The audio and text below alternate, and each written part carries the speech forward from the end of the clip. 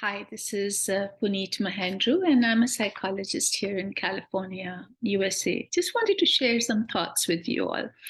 Um, you know, uh, there are so many messages going on being forwarded in WhatsApp that have to do with self-improvement and happiness and generally getting to a better state of well-being in life.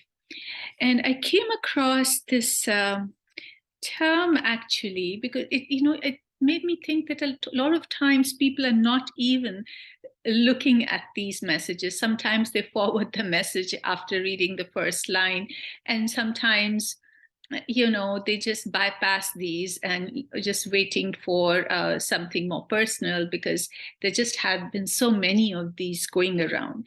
I came across this term called semantic satiation, which refers to a phenomena that when something is repeated many times, it kind of loses its meaning for the listener.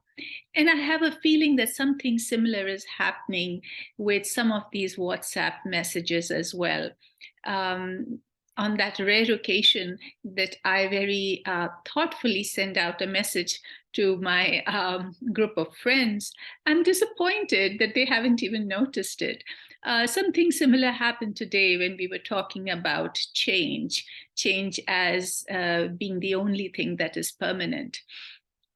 And and it was such a it's such a valuable thing to understand and accept, and yet we hear it so many times that we don't even take it in and ponder over it. um, we all want to feel better, we all want to go through life better, but we somehow have this idea that it means not, well, I'm not saying everyone does, but we expect that there won't be difficulties, that a good life means not experiencing too many difficult times or too many challenges. And nothing can be further from the truth, because no one has promised us a bed of roses. Uh, bound Difficulties and challenges are bound to happen, and our sense of well-being is not determined by not having those challenges and difficulties and problems, but by our resilience, our ability to bounce back. So then the question arises, well, okay, what does it mean to be resilient? Does it mean I have to be super strong and not have any of these anxious moments and any of these challenges along my way? Not at all. It just means that when these difficulties arise and these negative emotions sort of uh, come up, well up for you, that you kind of accept them as being a part of you. You kind of spend some time making friends with that feeling of anxiety and sadness that come up when things have not gone your way, when your plan A, when your dream for your life hasn't quite unfolded the way you want it to. And you have a lot of anxiety because you don't know what the plan B might look like, or you have a lot of sadness for the feeling of loss that you feel when you lose a dream. That dream can be the position of a director that you want at a company. The dream can be that perfect relationship you want. The dream can be that perfect family that you have wanted, right? So when you lose that dream of a perfect family, a perfect job, a perfect career, or even perfect health, then there is going to be grief and sadness, and also anxiety because you don't quite know what's going to happen. Wanting things to not be that way in order to be okay, um, it's fine, it happens. We do feel that way initially. But if we get stuck in that place of, resisting changing because things need absolutely to be this way, then we are stepping away from allowing ourselves to feel well, because resistance equals change. Sorry, resistance equals pain. Resistance, the opposite of resistance, allows you to change and accept and reduce that sense of pain.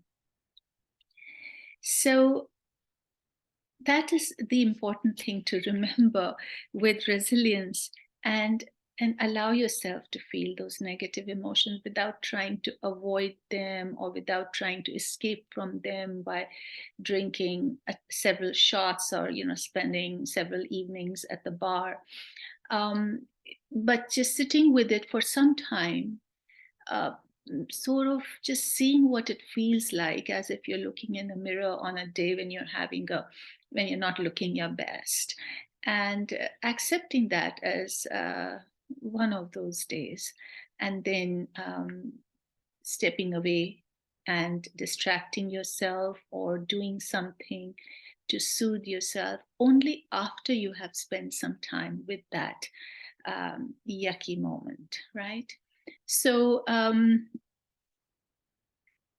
that mindfulness and awareness of those negative emotions, of that grief and loss, that is going to allow you to then accept that change is needed, that maybe you need to kind of come up with a different plan to flow with life, to allow life to unfold in a different way, because there are so many different paths, so many tributaries in this river of life, and it doesn't necessarily have to be one way. And that's the important thing to remember. And going along with life as it flows, that is what resilience is. Sometimes you can assert your will and your strength, but not all the time, um, because some things can be changed and some cannot. So when things cannot be changed, then digging in your heels and saying this must be, this should be, is not going to allow you to have that sense of well-being. So keep the different tributary paths open. See which one is going to bring you a different sense of purpose and meaning, and experiment a little and see where that joy will flow. Okay, good luck. So, change, because that's the only forever. Bye.